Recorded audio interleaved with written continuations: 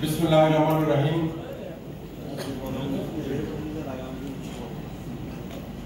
বন্ধু সভাপতি, সম্মিলিত পরিষদের সভাপতি কাজী মনিরুজ্জামান, মঞ্চে উপবিষ্ট বিজিএমইএর সহসভাপতি, প্রথম সহসভাপতি, টেক্সটাইল মিল অ্যাসোসিয়েশনের সভাপতি এবং বিশিষ্ট রাজনীতিবিদ,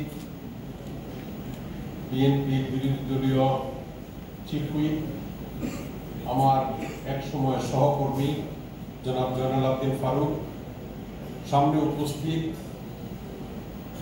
সম্মিলিত পরিষদের নেতা কর্মী সমর্থক এবং পোশাক শিল্পের মালিক বোনেরা ও ভাইরা, আসসালামু আলাইকুম। এই প্রতিষ্ঠানটা একটা অত্যন্ত প্রেস্টিজিয়াস প্রতিষ্ঠান বিজিএমইএ। এই বিজিএমইএ প্রতিষ্ঠা কবে হয়েছিল আপনারা অনেকেই জানেন, অনেকেই জানেন না। একজন, এখন তিনি প্রয়াত, জনাব সুবেদ আলী টিপু, ব্যারিস্টার মওদুদ আহমেদ, ওরা একসাথে বারেট্রো করছে। তারপরে বাংলাদেশে আইসা সুবেদ আলী টিপু অ্যারোস্টোক্রেট গার্মেন্ট করছে, নুরুল কাদের খান দেশ গার্মেন্ট করছে, ৫-৭টা গার্মেন্টস ফ্যাক্টরি ছিল। তখন এই বিজিএমইএর প্রতিষ্ঠা হয় এবং এটার বিজিএমইএর প্রতিষ্ঠাতা সভাপতি ছিলেন অ্যারোস্টোক্রেট গার্মেন্টসের মালিক সুবেদ আলী টিপু। এই সুবেদ আলী টিপু দীর্ঘদিন অল্প কয়েকটা গার্মেন্টস ফ্যাক্টরির মালিক হিসাবে নেতৃত্ব দিয়েছেন।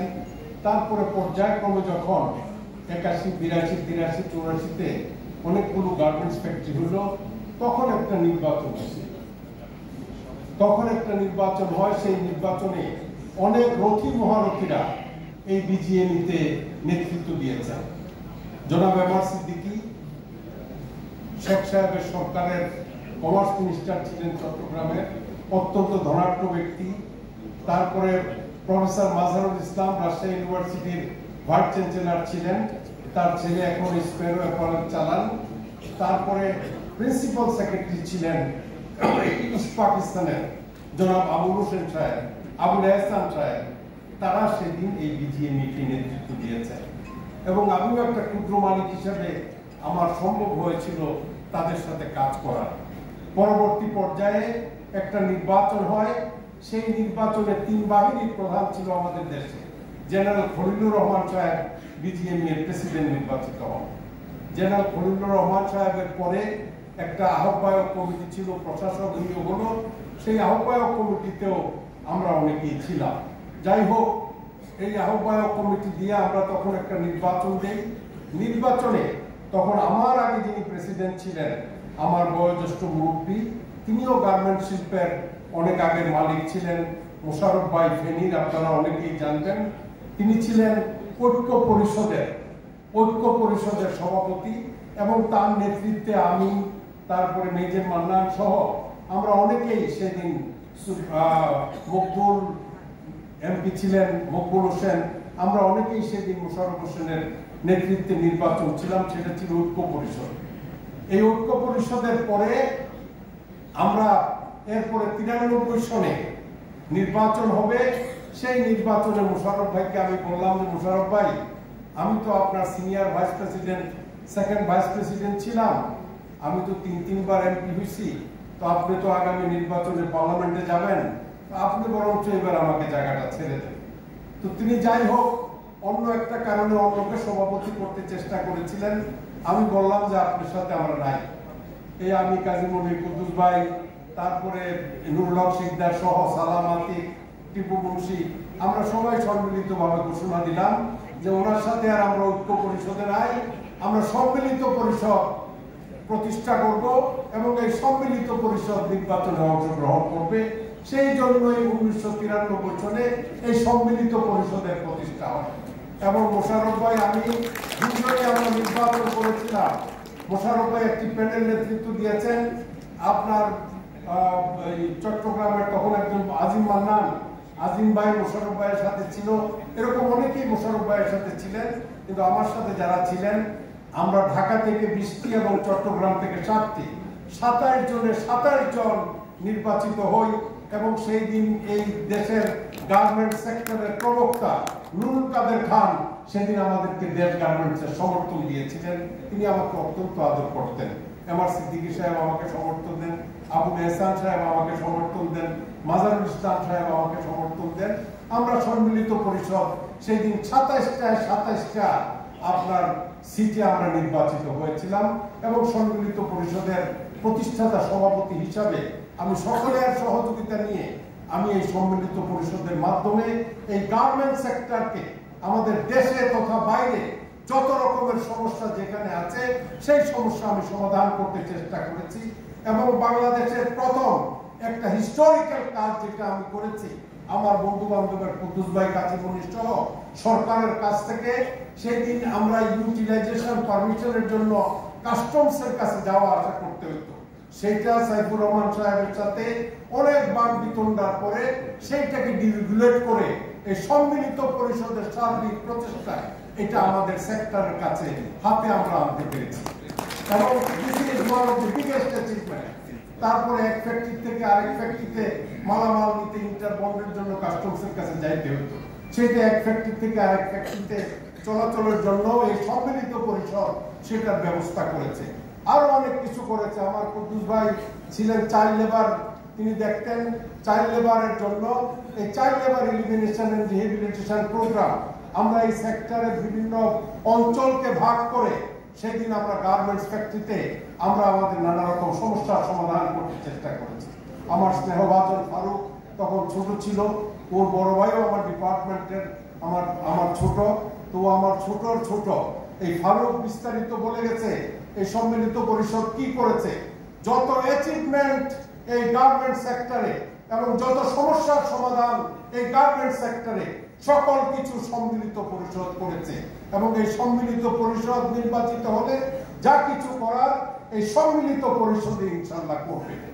আমার বন্ধু আনঅফিসিয়ালি জনাব ফারুক ভাই আনঅফিসিয়ালি প্যানেল লিডারের নাম ঘোষণা করেছেন চৈতির কামাল।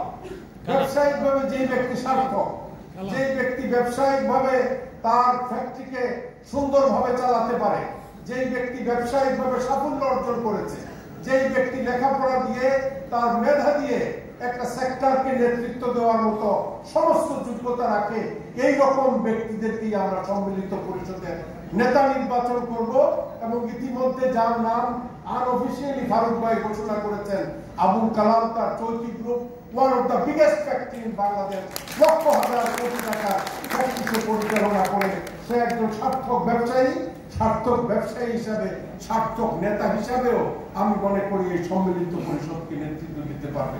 কি বলেন? আমাদের মতো বুড়া দরকার না, এখন আমাদের চেয়ে কম্পিটিটিভলি জোয়ান দরকার না।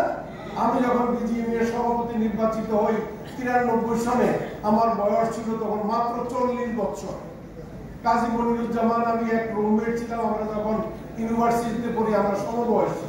কুদ্দুস ভাই একটু বেশি বয়স, সালামাতিকরা আমাদের ছোট ছিল, টিপু মুন্সি আমাদের সমসাময়িক ছিল, ফজলু ভাই আবার আমাদের কিছু বড় ছিল চিটাগাং ইউনিভার্সিটিতে, কাছাকাছি বয়সের আমরা সেদিন 40-এর কোটায় যারা ছিলাম আমরা তখন এই সেক্টরকে নেতৃত্ব দিয়েছি এবং আজকে আমরা যাকে নেতা নির্বাচিত করব তার নেতৃত্বে সুন্দর একটি প্যানেল হবে এবং এই সম্মিলিত পরিষদের প্যানেল এই সেক্টরকে নেতৃত্ব দিবে।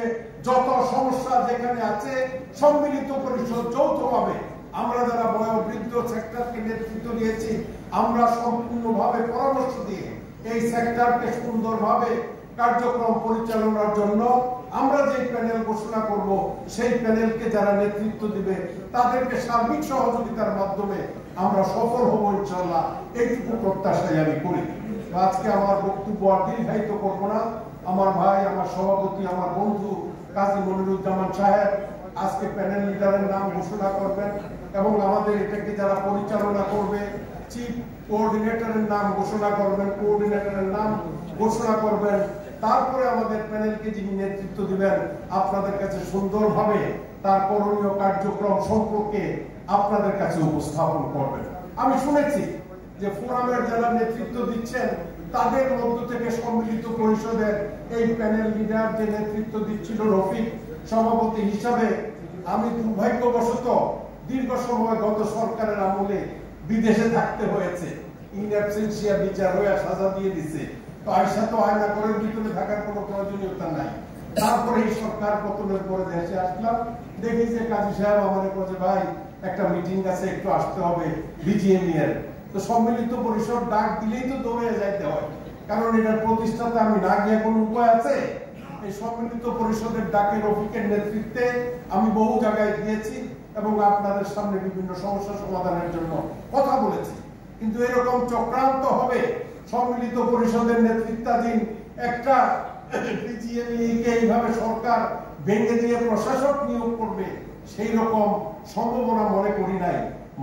মনে করলে আমরাও তো দেশের মন্ত্রিত্ব করছি, বহুবার সংসদ সদস্য ছিলাম, তো স্বাভাবিকভাবেই আমাদেরও অনেক অ্যাক্সেস আছে, সেটা আমরা ঠেকাতে হয়তো চেষ্টা করতে পারতাম। কিন্তু যারা বিভিন্নভাবে কান ভারী করে এই সরকারকে বা সরকার প্রধানের কাছে গিয়ে এটা ভেঙে দিয়েছেন, তাদের জবাব আমরা ইনশাআল্লাহ সম্মিলিত পরিষদের মাধ্যমে আগামী নির্বাচনে সেটা প্রমাণ করব। এই সংগঠনের যারাই নেতৃত্ব দিবেন তারাই এই সেক্টরে বিজয়ী হবে, এইটুকু প্রমাণ করে তাদের মুখে চুনকালি লাগাই দেবো ইনশাআল্লাহ। এইটুকু আমরা আশাবাদ। আপনারা আমাদের জন্য দোয়া করবেন, সম্মিলিত পরিষদের জন্য দোয়া করবেন। আমরা এই বৃদ্ধ বয়সে যতটুকু সহযোগিতা সম্মিলিত পরিষদের একজন সমর্থক হিসেবে দিতে পারি এবং আপনাদের নির্বাচনকে সুন্দরভাবে ত্বরান্বিত করতে পারি, সেই আশাবাদ ব্যক্ত করে আমি আমার কথা শেষ করছি। আসসালামু আলাইকুম।